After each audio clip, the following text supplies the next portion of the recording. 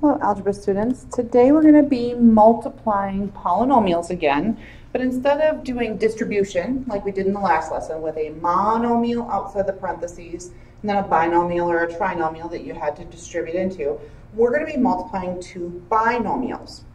I need you to remember that binomial means that we've got two terms.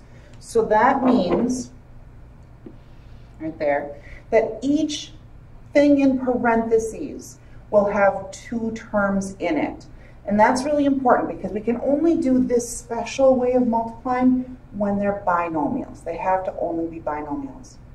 So this example that I have all worked out here, x plus 4 times x minus 2, those are both binomials.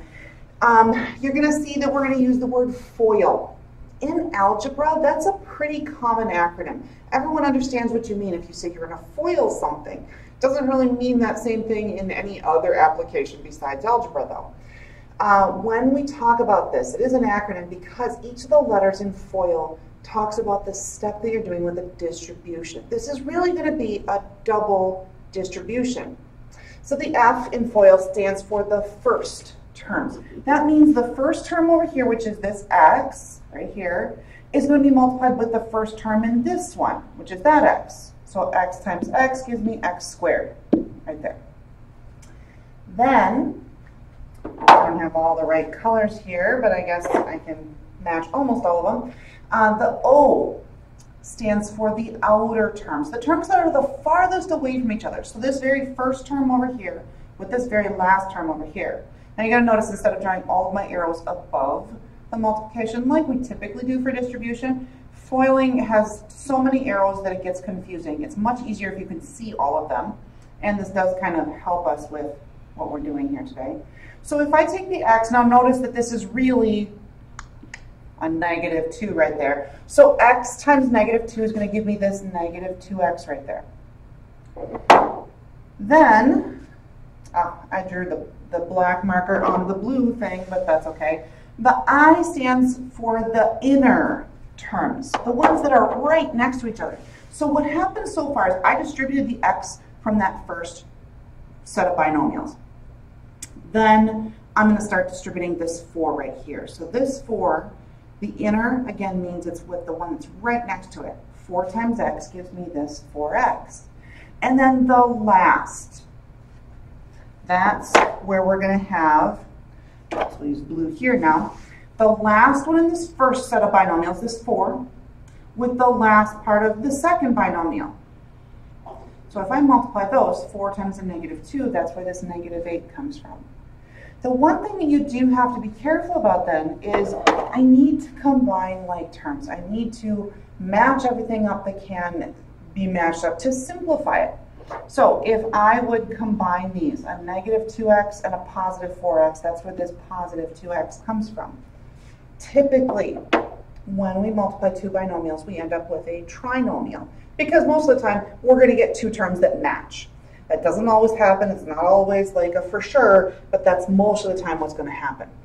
Also, before I move on to the next slide, I know it's not a real good one, but in the next one, I'm going to try to show you when you do all this double distribution for FOIL, you can kind of draw a smiley face, and that also helps you to know that you've done all 4 steps for how it looks.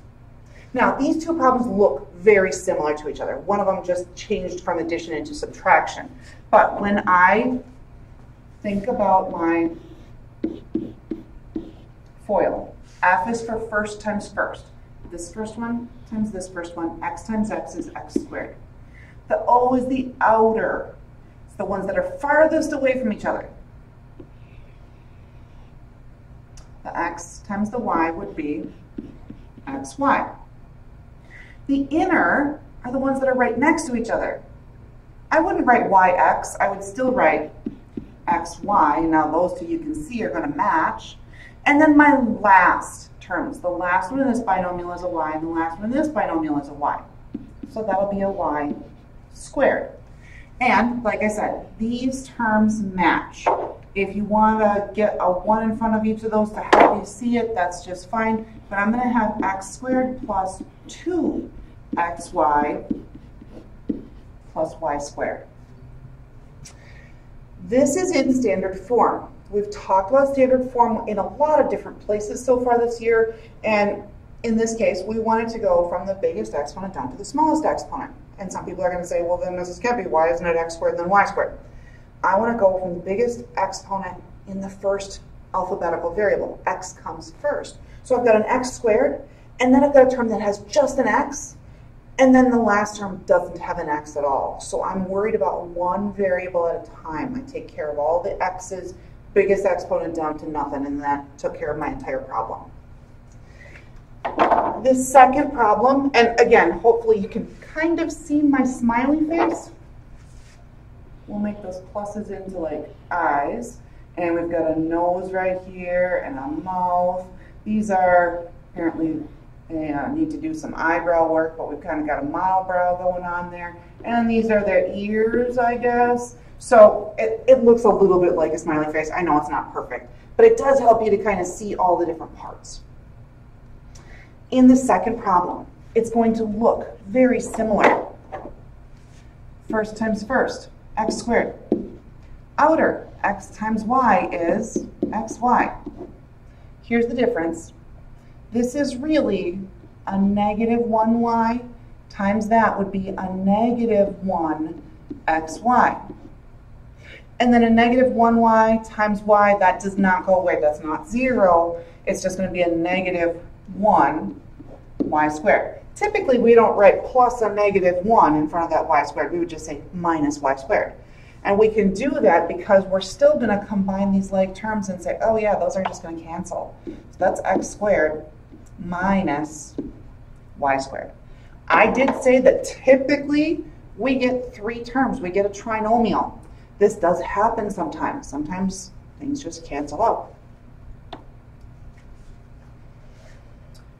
In the first problem on this slide, we threw in as many negatives as we possibly could. So let's take a look at this.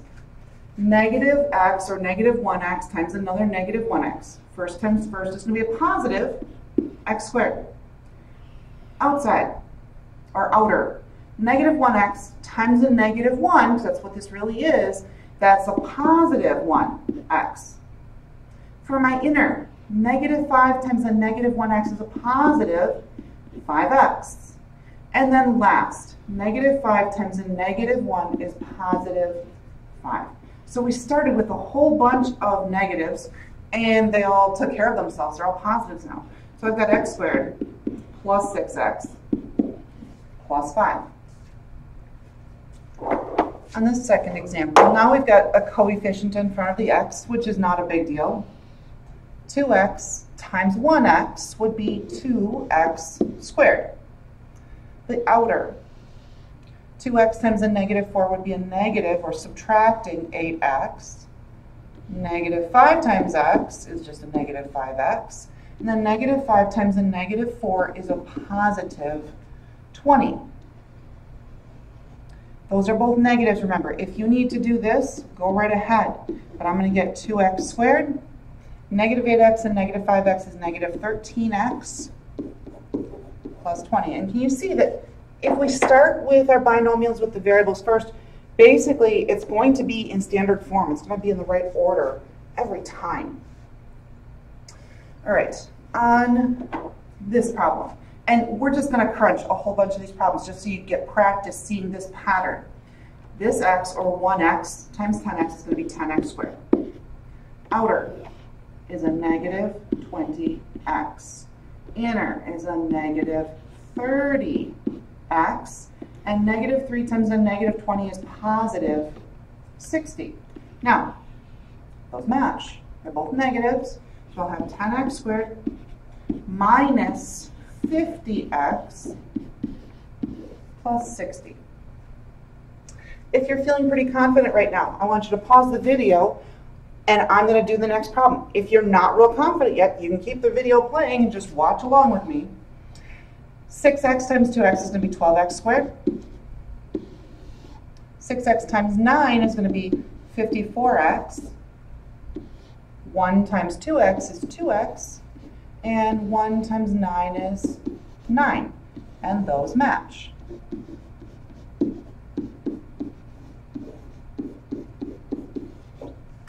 And there it is simplified.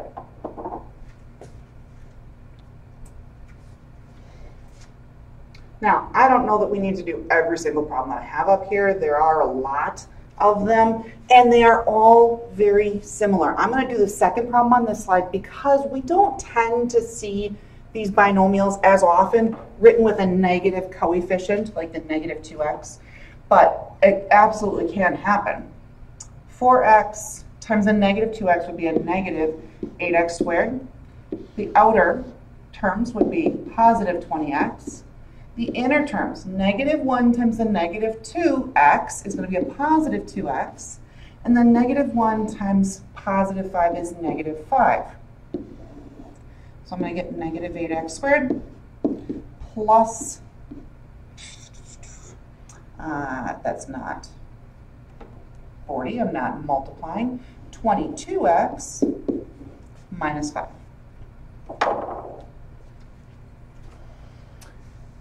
Here are some problems that are a little bit different, and I just want you to see what's happening here. Remember what this really means when I square something. That means that I'm multiplying it times itself. Now, unlike when we were working with exponents, I cannot just distribute that exponent because there's addition or subtraction here. When it was just all multiplying, that'd be fine. Distribute the exponent, we're all happy. But this really means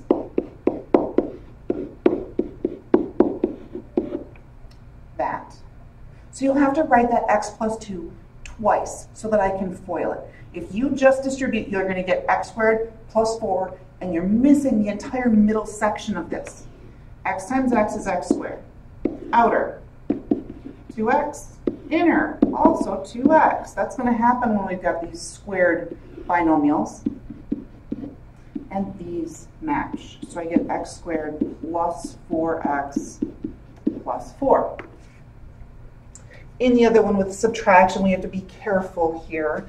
But again, this really means 3x minus 3 times 3x minus 3. 3x times 3x is 9x squared. Outer, 3x times a negative 3 is a negative 9x. The inner is also a negative 9x. They're going to match. And then negative 3 times a negative 3 is positive 9. These don't go away. Right? I've got 9x squared minus 18x plus 9. Last problem. I hope that you can see why this is not a FOILing kind of a problem. I said we can only FOIL if it's binomials. The second parentheses, that's a trinomial. That means I can't just do 4 steps. I'll have to distribute the stuff in that first set of parentheses, that binomial, to each part. So I'll have 2x times 5x squared would be 10x to the third power. Remember, this is really an x to the first. I'm going to show all of my first distributions on top. 2x times 6x is going to be 12x squared. And 2x times a negative 1 is going to be a negative 2x. Now I have to distribute this negative 3. Right? That really is a negative 3. I'm going to show these underneath. Negative 3 times 5x squared would be a negative 15x squared. Negative 3 times 6x would be a negative 18x. And then negative 3 times a negative 1 is a positive 3. So I'm not going to be able to get this all the way down to just a trinomial like my other problems, but I do have parts that match. 10x cubed, that's the only cubed. That's it. But I have 12x squared and negative 15x squared. That gives me a negative 3x squared, or subtracting 3x squared. Negative 2x and negative 18x is going to be a negative 20x, and then plus 3. The worksheet for today is the FOIL worksheet. Almost every problem on it is FOILing. Not everyone is, but if you see anything that's squared, make sure you write it down twice so that you can actually do the FOILing. So look for the ones that are not FOILing. Be careful about those. If you don't see 2 sets of parentheses, both binomials, that's the trick. The answer key is in Schoology. There's no learning check or formative today. That'll be on Wednesday combined with the last lesson. So if you need any help, let me know.